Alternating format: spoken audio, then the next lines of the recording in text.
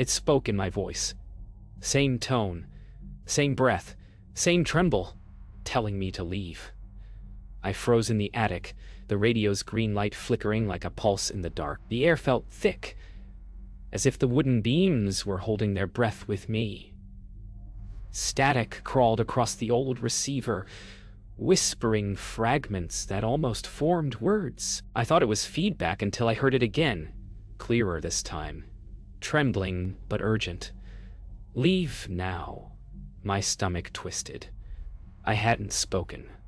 The mic was unplugged. The clock below ticked 2:22, and the attic seemed to bend inward, walls sighing like something waking up. A smell of burnt metal filled the air. And the dial turned on its own, sweeping through empty frequencies. Then, silence. Only my heartbeat. Only my echo breathing back at me through the static.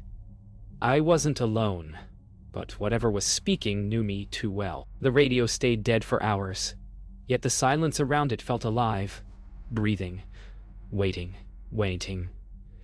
When I came back at dawn, the attic smelled of ozone, like the air before lightning. I told myself it was curiosity that made me turn the dial again, but deep down I knew it was fear calling me back. The static rose gently, almost kindly, then formed a single whisper that seemed to bend inside my skull. It said my name, slowly, as though learning it for the first time. The attic's light dimmed with each syllable. A cold draft slipped through the boards, bringing the faint sound of footsteps where no one walked. My throat tightened, but I couldn't look away. Something wanted to be heard, and it knew exactly who I was. By evening, the signal changed. I traced the frequency. It was coming from below the house. The basement had always been sealed. I'd never had the key. Yet now the door hung open, the smell of rust and damp wood curling upward. I took the radio with me, its hum growing stronger with each step down.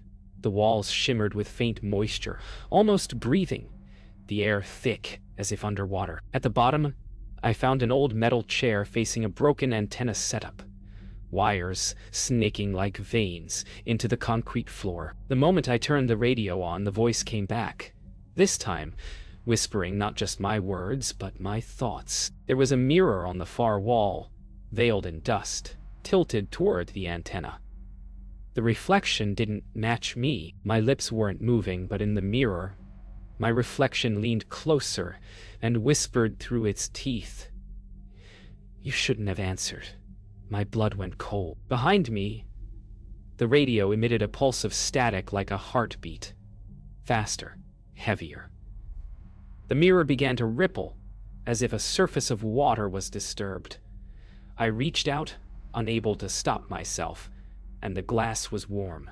Human warm. I saw the attic behind my reflection, and someone standing there who wasn't me. I ran back upstairs, gasping. The attic door slammed shut behind me, though no one touched it. The radio was already on, dial fixed at 2:22. Even though it was past midnight again. The voice came through louder now, overlapping. My voice layered with another tone beneath it, deeper, older. "You opened it," it said. "Now we remember." The lights flickered, every bulb straining to stay alive. I looked at the window. Someone stood outside in the dark, face hidden, watching through the glass. When I blinked, they were gone, but their reflection stayed in the window, smiling faintly in my place. By morning, every room hummed. The radio wasn't even plugged in anymore, yet the walls vibrated softly, carrying the same quiet rhythm I'd heard in the attic. I pressed my ear to the plaster, and there it was, static, faint but alive. It felt like the house itself was tuned to something, waiting for me to reply. Every tap of my finger on the wall echoed back a heartbeat later, slightly distorted, like an imitation learning how to sound human. The voice didn't come again, but I sensed it listening, recording, remembering. When I whispered hello, the pipes groaned from the basement, repeating it in a low mechanical sigh. The air smelled like dust and electricity. Later that night, I noticed a light in the old neighbor's house across the field. A house that had been empty for years. Its upstairs window flickered in perfect sync with the static from my radio. I turned off every light in my home and watched. The flickering stopped. Then a new glow appeared, my reflection in their window, staring back. The outline was unmistakable, but the movement was wrong. Slow, deliberate, detached from me. I stepped closer to the glass, my breath fogging the pain, and the figure raised its hand first. That was when the attic light turned on behind me, though I hadn't been upstairs in hours. The sounds grew bolder. Every faucet hissed with whispers. Every vent carried a murmur I couldn't quite make out. I followed the noise to the bathroom sink and leaned close. The drain exhaled warm air, and inside that breath, I heard fragments, bits of my own sentences, ones I'd never spoken aloud. I stepped back, shaking. Somewhere deep within the pipes, something moved, something dragging against metal, pacing with the rhythm of the house. The hum wasn't random. It was a pattern, a signal using my own words as bait. When the mirror above the sink fogged over, a handprint formed from the inside. I found my old handheld recorder buried in a box of tools. I hit play, expecting silence, but it played back hours of whispers recorded while I slept. My voice asked questions, calm, patient ones, while another answered in short, broken words. They talked about opening something beneath the house. I hadn't touched the recorder in months. The last entry ended with a sharp gasp, then static. But right before it cut out, both voices said the same thing in unison. We are awake. The recorder slipped from my hands, clattering to the floor, still whispering beneath the static like something alive inside it. The night cracked open with thunder.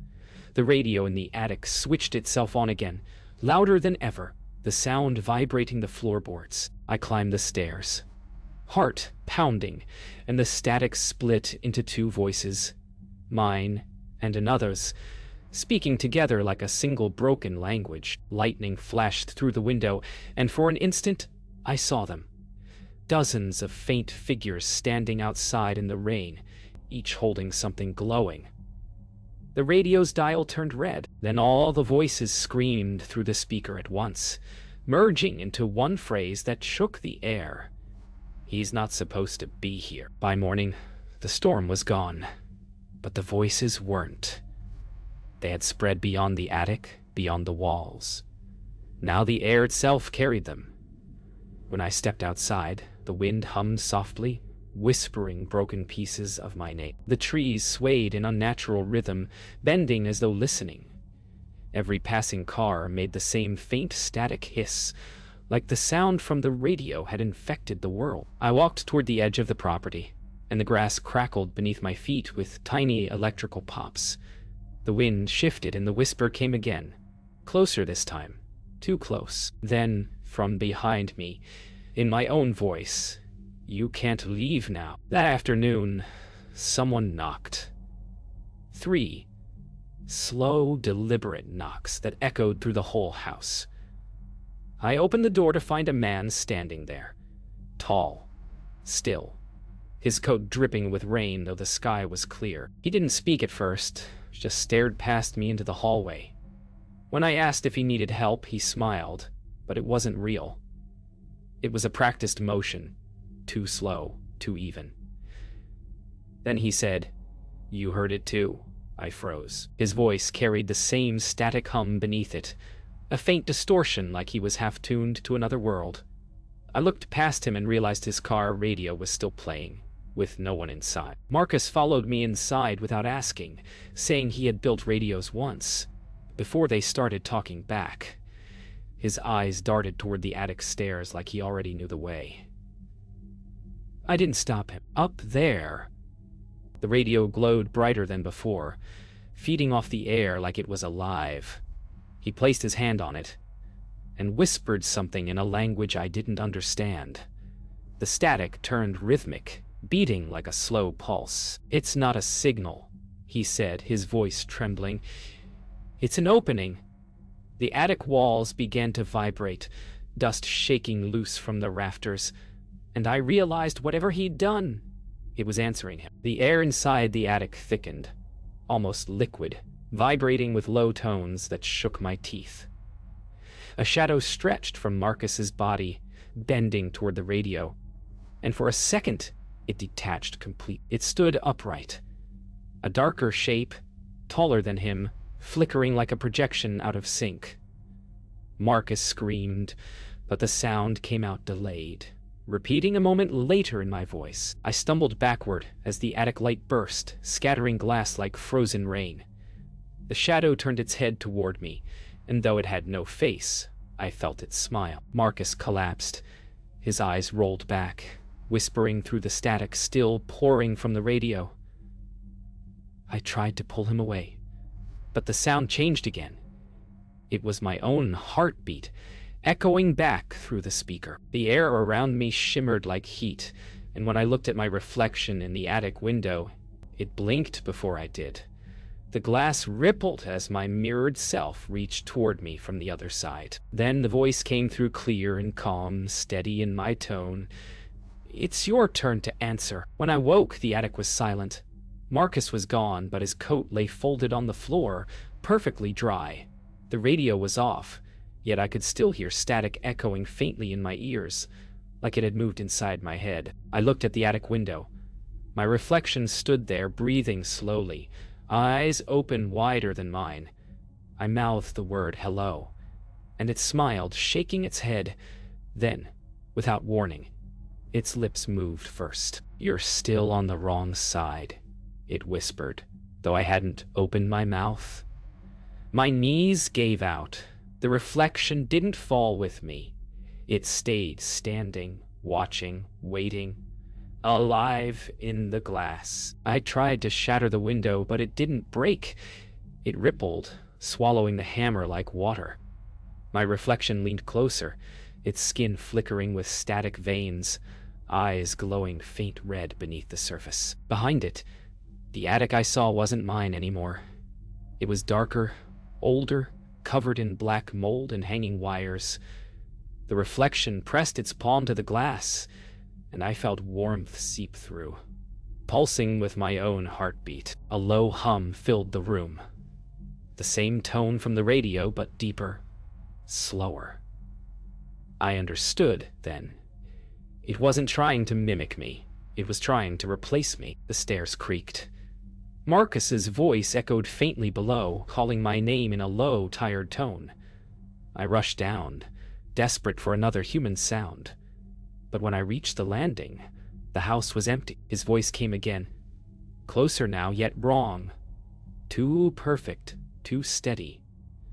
I turned toward the hallway mirror, and there he was, his reflection standing behind mine, whispering through the glass. "It's open now," he said, smiling that same slow smile. The real hallway was empty, but in the reflection Marcus reached out, resting his hand on my shoulder. I felt it, warm and heavy. The mirror pulsed once like a heartbeat, then began to recede. Behind the glass I saw a door, same shape as my attic door, but carved into the other side of the reflection. It was open, light flickering within. I couldn't resist. The hum in my head grew louder, each pulse sensing with my breath. When I reached forward, the glass gave way like a film of warm water. My arm disappeared first, then my shoulder, my chest. The reflection didn't move this time. It just smiled and whispered, "Now we're even." The last thing I felt was the static crawling under my skin as the world folded inward. When I opened my eyes, I was still in the attic. Or something like it. The room was reversed. Everything mirrored, colors washed in deep crimson tones. The radio sat where it always had, humming steadily, but its display now showed a heartbeat instead of numbers. I heard footsteps above, though there was no floor above me. Then, through the radio, I heard my own voice calling for help from the real world. The sound faded, replaced by a whisper that chilled the air. He made it through. I looked at the window. Someone was standing there. It was me, looking in. I screamed, but no sound came out. Only static. My reflection blinked once, and I felt it like a shock inside my chest. Through the glass, I watched him, the other me, turn toward the radio, testing his voice like a new instrument. He sounded normal, alive, even calm. Then he spoke into the mic. "You shouldn't have crossed over." The room around me flickered, and the walls rippled as if made of liquid. I tried to move, but my limbs felt heavy, slow, as though gravity belonged to him now. He looked straight into my eyes, smiled faintly, and said, "Don't worry, I'll take care of your life." From the mirrored side, I could still see the real world, but it felt distant, muted, hollow. My reflection went about my routines, feeding the cat, answering calls, pretending everything was fine. People spoke to him and didn't notice the difference. I pounded on the glass until my hands bled static, but no one heard. Every night he returned to the attic, looked right at me through the window, and smiled as he tuned the radio again. Each frequency he touched sent tremors through my world, rearranging it, walls bending, ceiling breathing. I realized he wasn't trying to keep me trapped. He was trying to erase me. One night I wasn't alone. The reflection of Marcus appeared beside me inside the mirrored attic. Eyes black, face cracked with static lines. "He let them in," he whispered, voice warped and echoing. "They feed on the echo between worlds." Behind him, faint silhouettes moved, dozens of figures pressing against the red walls, mouths open in silent screams. The air thickened until breathing hurt. Marcus turned to me, his features glitching like a skipping tape. "You opened the wrong frequency," he said. "Now it remembers you." Then he dissolved into static, leaving behind only the faint hum of his unfinished words. The radio pulsed faster now, its red light beating like a living organ. Each throb sent ripples through the mirrored world, warping the ceiling into waves of color. I realized the sound wasn't a broadcast. It was a heartbeat, mine and his, merged together. If one stopped, the other would too. I pressed my hand to the radio and felt warmth beneath the metal, like skin. A faint whisper rose through the static. "There's only room for one." The light flared blindingly white, and I saw both versions of myself screaming in perfect sync, one in the real world, one in the reflection. The glass began to crack, spreading like lightning through the mirrored world.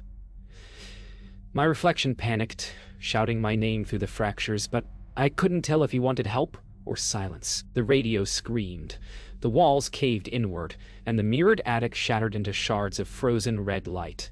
I fell through nothing, through static, through sound. When I landed, I was back in the real attic, or what was left of it.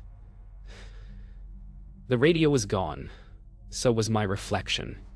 Outside, the sky flickered between colors I didn't recognize. The world felt wrong, too quiet, too still, until the floorboards whispered, "Welcome back." The house didn't feel like mine anymore.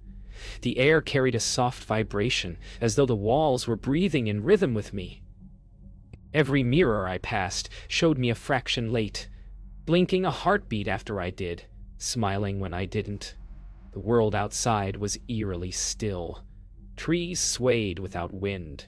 Birds froze mid-flight for a blink too long. I stepped outside and felt it immediately, the ground humming faintly like a signal beneath the soil. My shadow stretched ahead of me, splitting at the edges as though trying to form another. Somewhere behind me, faintly, the sound of my own voice whispered, "You shouldn't have come back." Every mirror in the house was wrong now. The reflections were brighter, sharper, too real. I covered one with a cloth, but the fabric bulged outward, as if something underneath pressed to see. I could feel their eyes moving behind the glass, tracking my every motion. When I tore the cloth away, dozens of faces stared back. Versions of me, each a little off. One smiled with cracked teeth. Another cried without blinking. Their voices merged in my head, whispering in unison, "He's not the same one." The floorboards creaked beneath my feet, and every reflection tilted its head at once. The radio returned the next night, sitting exactly where it had been, as if it had never vanished. Its green light pulsed faintly, matching my heartbeat. I didn't touch it. Still, it turned on, dial spinning rapidly before stopping at 222. The speaker hissed softly. Then a voice came through, not mine this time. "We crossed once," it said. "Now the world adjusts." I looked outside. The moon shimmered like liquid glass, and the landscape reflected upside down. My house, the trees, the horizon, all mirrored versions floating above the ground. The voice deepened. "You are the echo now." I tried to run. The further I went, the more the world bent. Every sound echoed seconds after itself. My voice stretched into static. Houses along the road flickered between real and reflected, their windows alive with silent, watching faces. Even the stars pulsed in rhythm with the radio's heartbeat. I stopped at a crossroads, panting. The signpost was reversed, letters backward, pointing nowhere. I could hear the signal in my veins now, every pulse of blood carrying its hum. I wasn't walking in the world anymore. The world was walking through me. When I returned home, the attic door was already open. The air was colder, sharper. The radio sat humming, and in its glass reflection stood the other me, the one who had crossed first. He smiled softly, as if welcoming me home. "It had to balance," he said, his voice echoing inside my chest instead of my ears. I reached toward him. He did the same. Our fingers met through the reflection, and the world folded.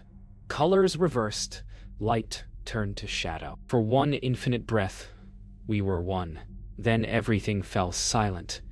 The radio blinked once, then went dark. I woke in darkness. The house was gone. Or maybe it had become something else. The air shimmered faintly with electricity, a low hum that sounded like breathing. I tried to speak, but my voice came out fractured, split into two tones. The attic walls stretched endlessly around me, reflections folding into reflections. In the corner, the radio flickered back to life, its light weak but steady. For the first time, no static followed, only quiet, heavy, and waiting. Then softly, a new voice spoke through the speaker.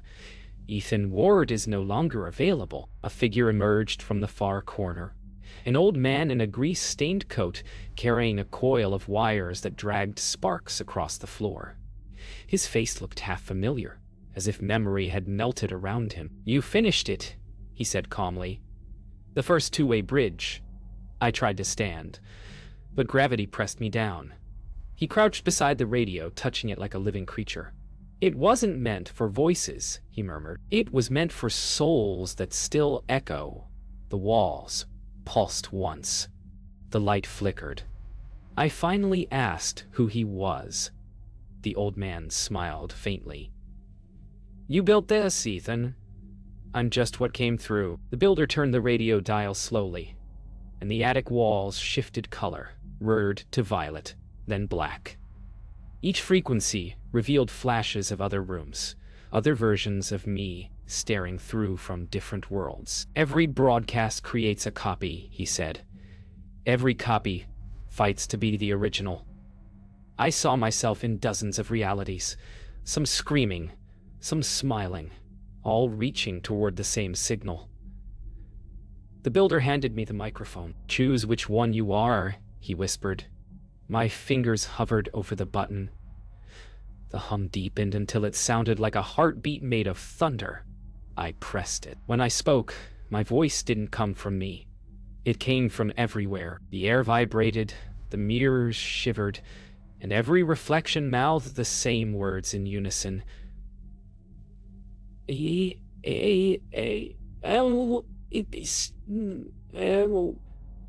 builder stepped back, eyes wide, whispering, "You stabilized it." But the reflections didn't stop. They kept repeating, louder, shaking the structure apart. One by one, they stepped out of the glass, solidifying, hundreds of versions of me flooding the room. I couldn't tell which was real anymore. The builder shouted something, but the sound was lost beneath the roar of voices. Then everything imploded into white. When the light faded, only the radio remained, resting on a floor of glass shards that stretched into nothing. The voice that spoke next wasn't mine, or his. It was all of them together, layered into one. Transmission complete. The dial stopped at 0. I knelt beside it, listening to the faint hum inside the silence. For a heartbeat, I saw my reflection in the radio's surface. Calm. Whole. Human. Then it blinked once and didn't match me. I smiled anyway. Outside, thunder rolled like a deep exhale, and the world began tuning itself to a new frequency.